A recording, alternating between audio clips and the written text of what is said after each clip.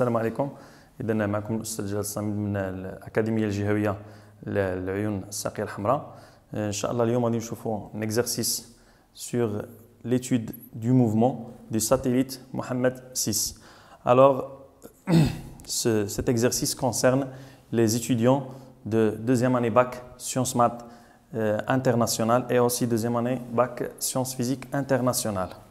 Alors, premièrement, on va voir l'énoncé de l'exercice.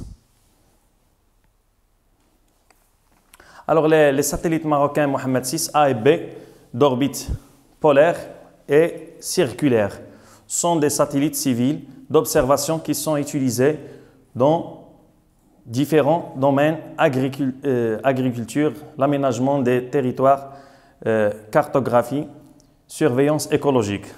Figure 1 de l'orbite du satellite Mohammed 6 A et B.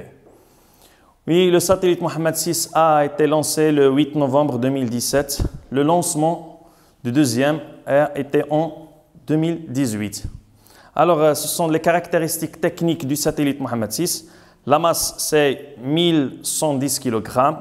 La période de l'orbital est T égale à 98 minutes. L'altitude du satellite Mohammed 6 A est de 647 km et la durée de vie, c'est 5 ans. Alors, les données de l'exercice, le produit G fois MT, c'est 4,02 10 à puissance 14 dans le système international. Le rayon de la Terre, c'est 6400 km. Alors, premièrement, la force de gravitation universelle. La question 1.1, c'est d'écrire l'expression de l'intensité F de T sur S. C'est la force de gravitation universelle exercée par la Terre de masse MT sur le satellite de masse M en fonction de G et la masse de la Terre MT et M et RT et l'altitude Z. Alors, premièrement, on vous demande de donner l'expression de la force F de T sur S. Alors, la question 1,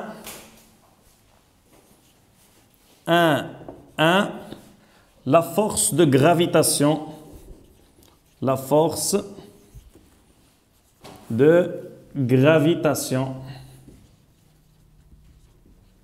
universelle exercée par la Terre sur le satellite Mohammed 6. Alors, on sait que la force de gravitation F de T sur S, ça c'est l'expression de l'intensité, égale quoi? C'est G, la constante de gravitation universelle, elle est donnée dans l'exercice, fois la masse de la Terre, fois la masse du satellite M, sur la distance entre le centre du satellite et le centre de la Terre. Le satellite se trouve à l'altitude Z de la surface de la Terre et le rayon de la Terre aussi c'est RT. Alors la distance c'est RT plus Z. Le tout au carré. Alors ça c'est l'expression de l'intensité de la force F de T sur S. Ça c'est seulement l'expression, elle est déjà donnée en cours. La deuxième question, c'est en utilisant l'équation aux dimensions, déterminer l'unité de la constante G. Cette constante G, la constante de gravitation universelle, alors on vous demande de donner leur dimension. Alors la dimension de G. Alors pour déterminer la dimension de G, on va s'établir l'équation de dimension. L'équation de dimension. Alors question 1, 2. Alors, la dimension de G. Alors, on va déterminer la dimension de G à partir de cette expression de la force. Alors, on a la dimension de F de T sur S, c'est quoi? c'est la dimension de G fois la dimension de la masse MT fois la dimension de M, la masse du satellite, sur la dimension de RT plus Z au carré. Alors, on vous demande de déterminer la dimension de G. Alors, on va déterminer la dimension de G à partir de cette expression. Alors, la dimension de G, c'est quoi? Alors, c'est la dimension de F fois RT plus Z, F de T sur S, fois RT plus Z au carré, sur la masse, la dimension de MT fois la dimension de M. Alors, nous savons que la dimension de la force, c'est un newton. La dimension de RT plus Z, c'est une distance, c'est L. Et la dimension de la masse, c'est M. Alors, la dimension de G, c'est le newton fois, alors ça c'est RT plus Z, c'est une distance. Alors la distance, leur unité c'est le mètre. Alors on symbolise la dimension de la distance par L, c'est une longueur, la longueur L au carré sur. Alors ici, dans le dénominateur, il y a la masse MT et la masse M du satellite. Alors la dimension de la masse, c'est, l'unité c'est le kilogramme. Alors on symbolise la dimension de la masse par M. C'est une masse M au carré, puisque ce sont deux expressions du masse M au carré. Alors, on sait que la dimension du Newton d'après la deuxième loi de Newton, c'est le kilogramme fois mètre par seconde au carré. Alors, la dimension de Newton, c'est la dimension de la masse fois la longueur fois T moins 2. T, ça veut dire le temps. Ça, c'est la longueur mètre. Alors, et ça, c'est la masse M. Alors, on remplace dans l'expression de G. Alors, la dimension de G, c'est quoi? On remplace, c'est la dimension de M fois la dimension de L fois T moins 2 fois L au carré sur la dimension de la masse M au carré. Alors, on va simplifier la masse M, la dimension. L fois L au carré, c'est L cube fois T moins 2 sur M. Alors, la dimension de G, c'est quoi? C'est L cube fois T moins 2 fois M moins 1. Alors, l'unité de G dans le système international.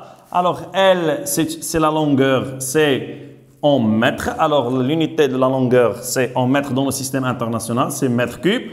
Le temps, c'est le seconde moins 2.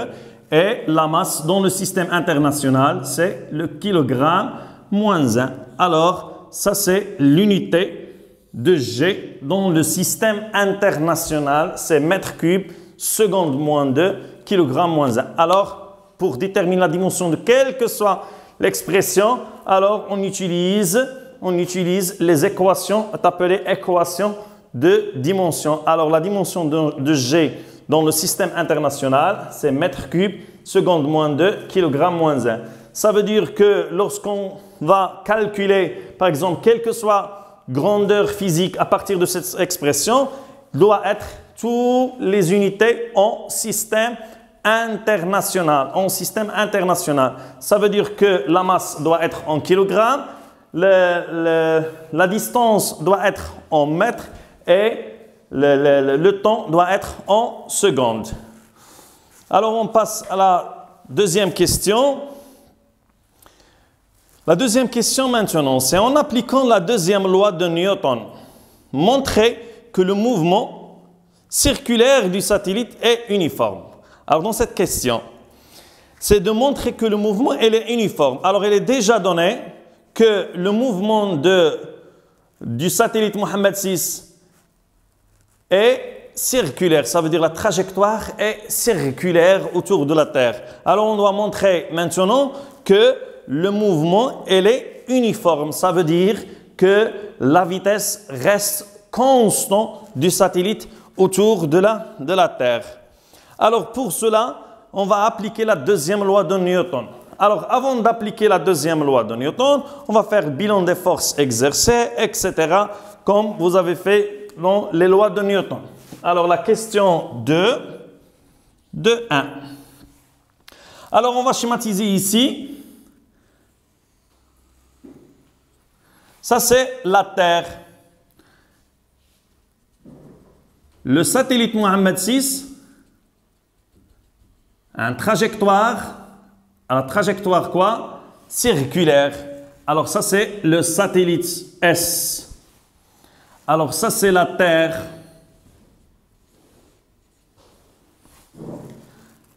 La Terre de masse MT et S de masse M. Le satellite est de masse M. Alors ça c'est le rayon de la Terre, c'est RT. Ça c'est quoi? C'est l'altitude Z du satellite par rapport à la surface de la Terre. Alors, on choisit le sens du mouvement, par exemple, le sens positif. Alors, avant d'appliquer la deuxième loi de Newton, il faut faire le bilan des forces exercées sur le satellite Mohammed VI. Alors, le satellite Mohammed VI, on néglige toutes les autres forces exercées par d'autres planètes ou d'autres satellites. On suppose seulement que la force d'attraction exercée par la Terre sur le satellite. Alors, la force exercée par la Terre sur le satellite Mohammed VI est une force d'attraction. Ça veut dire qu'elle est centripète, dirigée vers le centre de la Terre. Alors ça, cette force, c'est F de T sur S. Alors, système étudié.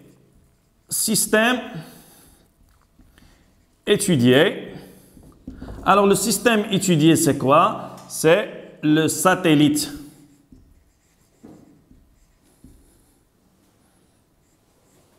Le satellite Mohammed VI. Oui, bilan des forces.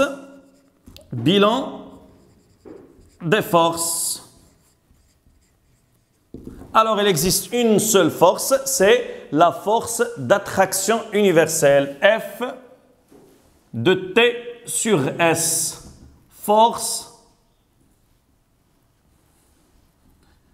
d'attraction universelle. La force d'attraction universelle. Alors ça, cette force.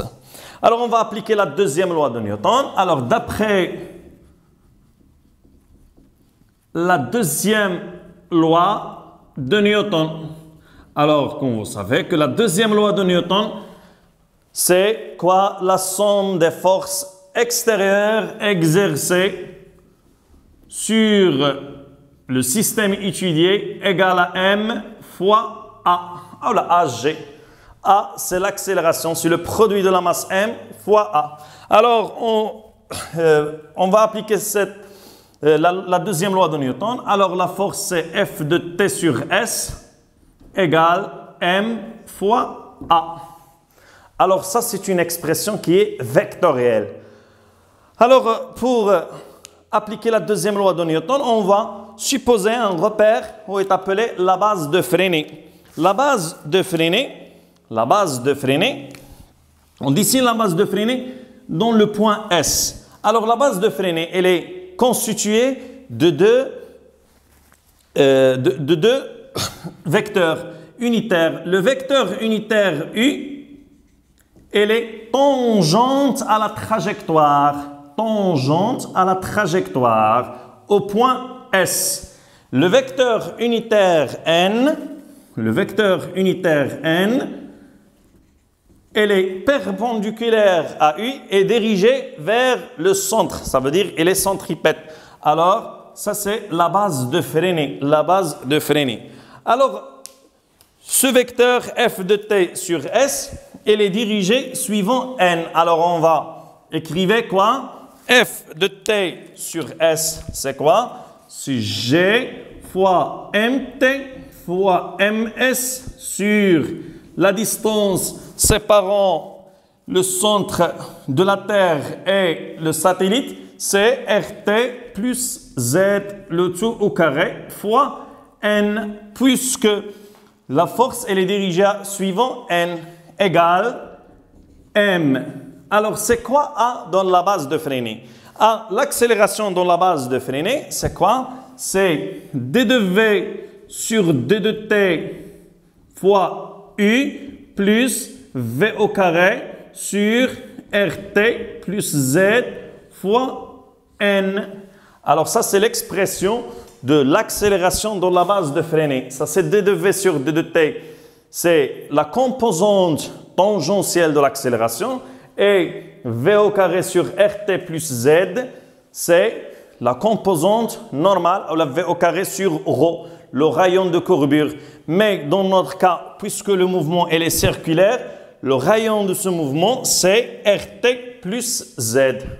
Alors, on va simplifier. Simplifier ici. M avec M.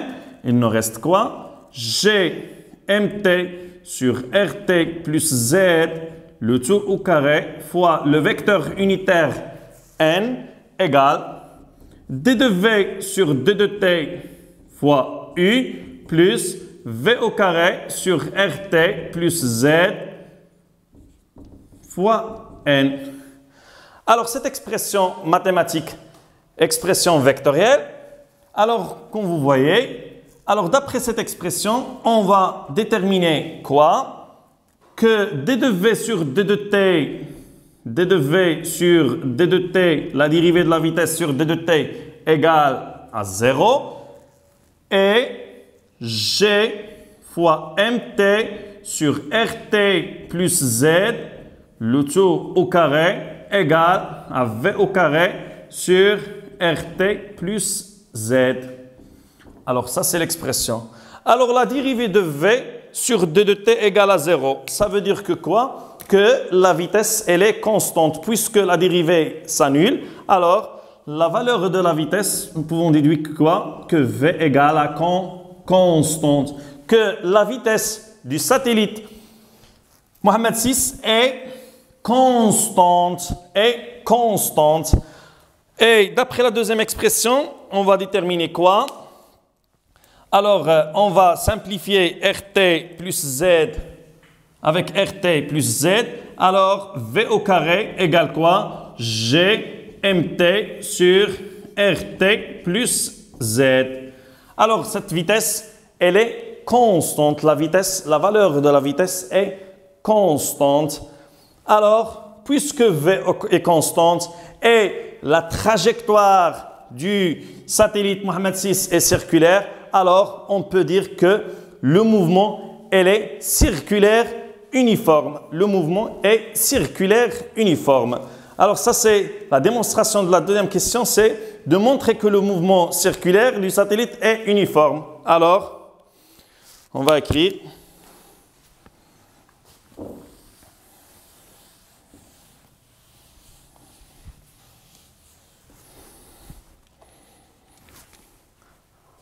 Puisque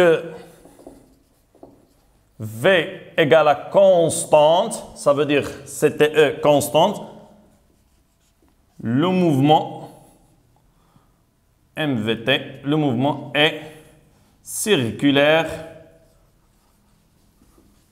uniforme.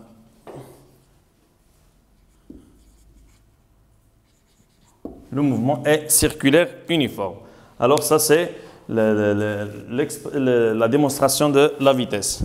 On passe toujours l'application de la deuxième loi de Newton. La question 2.2. Établir la troisième loi de Kepler. T au carré sur RT plus Z à la puissance 3 égale à 4 pi au carré sur GMT. Alors, on doit déterminer, établir la troisième loi de Kepler. Ça veut dire qu'on doit démontrer cette relation. Alors, la question de 2. Troisième loi de Kepler.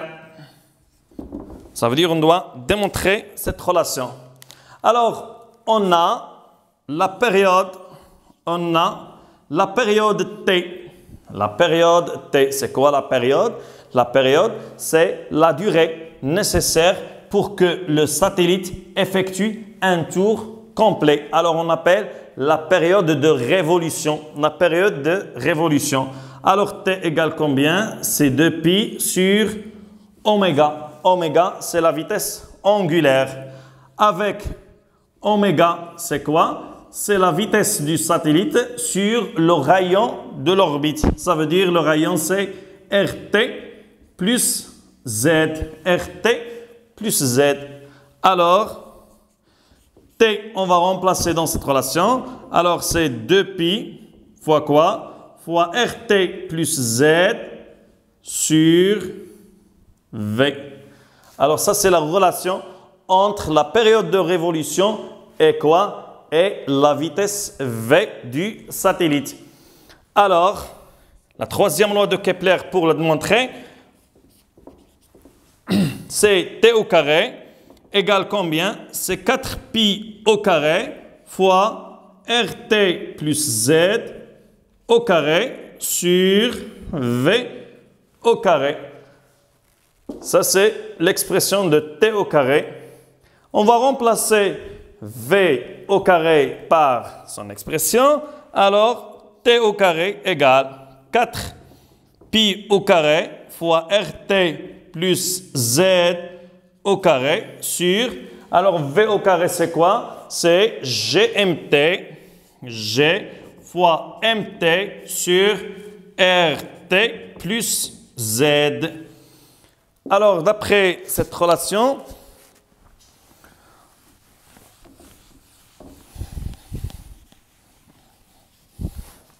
T au carré égale combien? C'est 4pi au carré fois RT plus Z au carré fois RT plus Z. Ça veut dire c'est 4pi au carré fois RT plus Z à la puissance 3 sur G fois MT.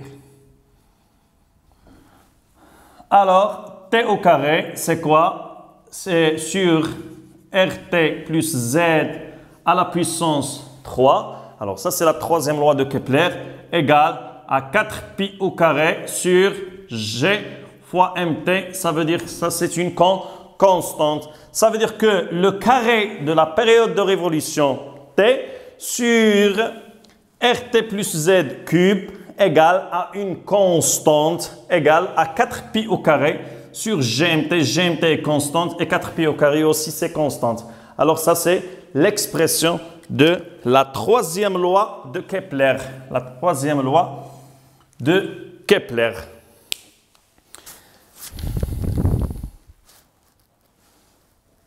Oui? Alors la question 2.3, c'est de calculer la valeur de la période de révolution du satellite et montrer que la valeur trouvée elle est compatible avec les caractéristiques techniques du satellite cité dans le texte. Alors les caractéristiques techniques, ça c'est la période de révolution, c'est T égale à 98 minutes. Ce sont des données données par les données sont données par Wikipédia. Alors on va montrer que la période de révolution égale à 98 minutes. Alors, à partir de la troisième loi de Kepler, on va calculer T.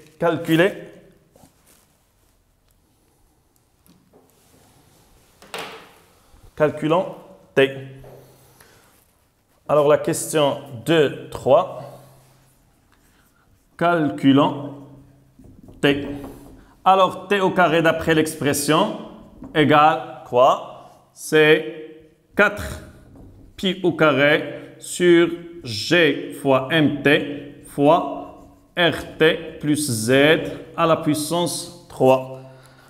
Alors, T égale la racine carrée. Alors, c'est 2pi fois la racine carrée de RT plus Z à la puissance 3 sur G fois MT.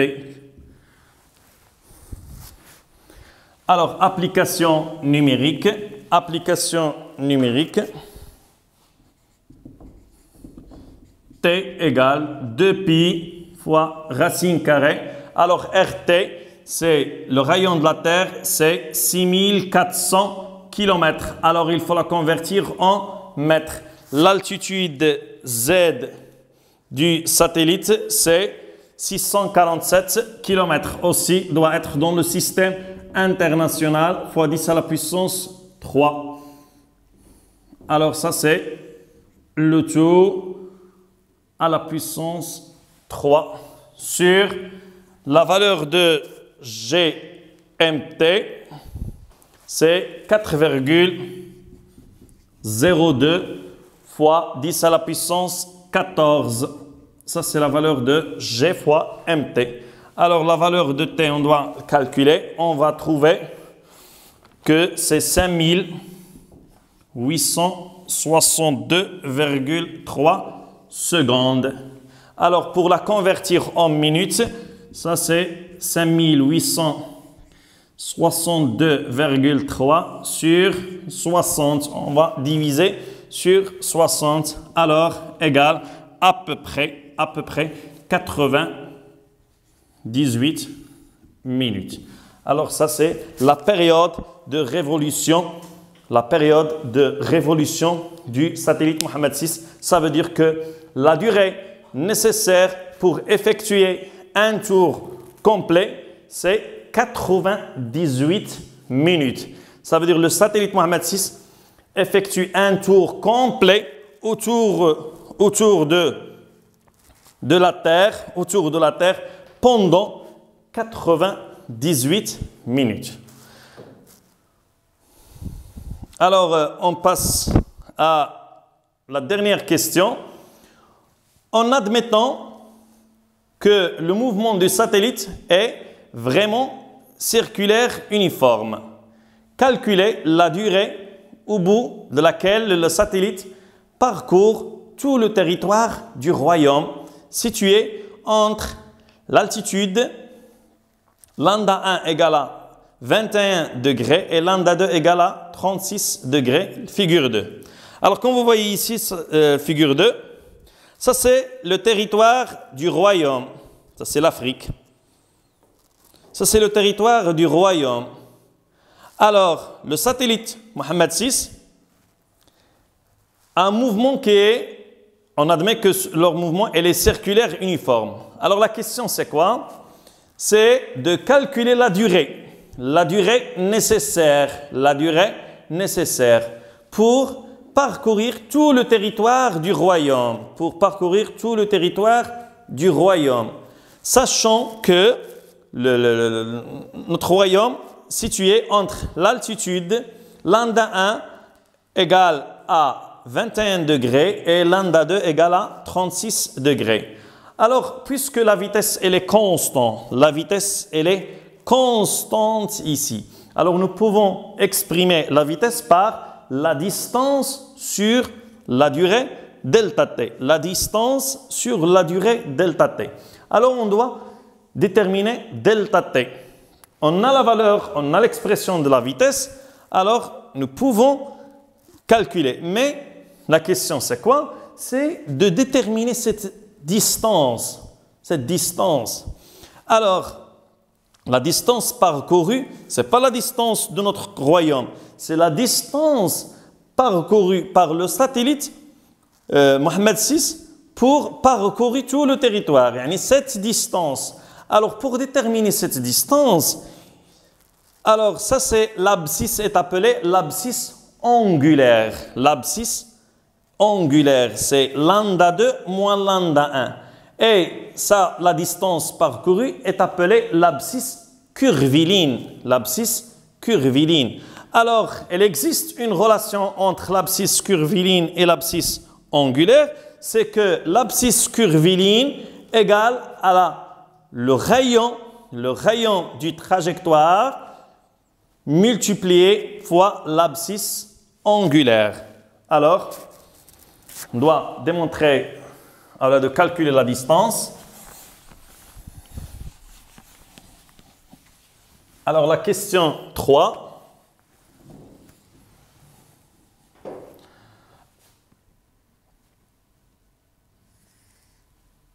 Alors, je vais dessiner ici. Alors, ça, c'est l'abscisse curviligne. L'abscisse angulaire, c'est lambda 2 moins lambda 1. Lambda 2 moins lambda 1. Alors, il faut calculer cette distance. Ça, c'est la distance D. Ça, c'est le rayon RT. Et ça, c'est l'altitude Z. L'altitude Z. Alors, la question, c'est de calculer la durée. Alors, puisque la vitesse est constante, alors V égale quoi? V égale à la distance D sur la durée delta T. Alors, delta T égale quoi? C'est D sur la vitesse V. D sur la vitesse V. Avec. Alors, c'est quoi la distance D? Ça, c'est distance.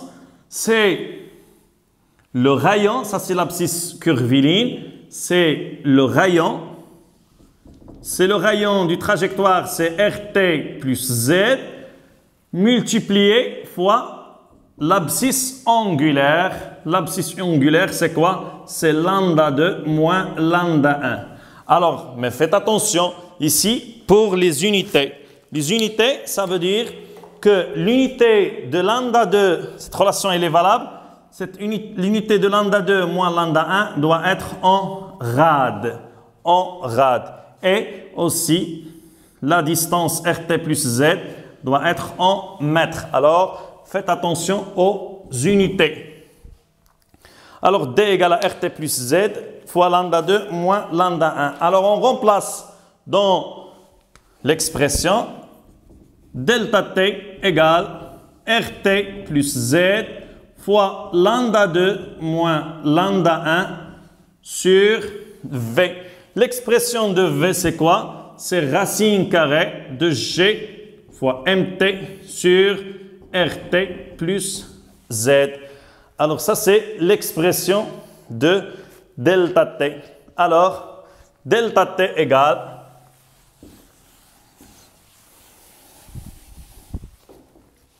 delta T égale, c'est lambda 2 moins lambda 1 fois racine de RT plus Z à la puissance 3 sur G fois MT. Lambda 2 moins lambda 1 fois racine carrée de RT plus Z à la puissance 3 sur G fois MT. Alors, application numérique, la durée delta T égale lambda 2 moins lambda 1. Lambda 2, c'est 36 degrés et lambda 1, c'est 21 degrés. Alors, égale 36 moins 21 multiplié. Alors, il faut la convertir en quoi? En rad. Alors, ça, ce sont en degrés. Alors, pour convertir, il faut multiplier par pi et diviser sur 180. Doit être en rad. Ça, ce sont en degrés. Alors, multiplier fois racine carrée. RT, c'est 6400 fois 10 à la puissance 3 plus 647 fois 10 à la puissance 3. Le tout à la puissance 3 sur la valeur de G fois MT, c'est 4,02 fois 10 à la puissance 14. Alors, Toutes les unités doivent être en système international. Alors, la valeur de delta T égale à 244 secondes.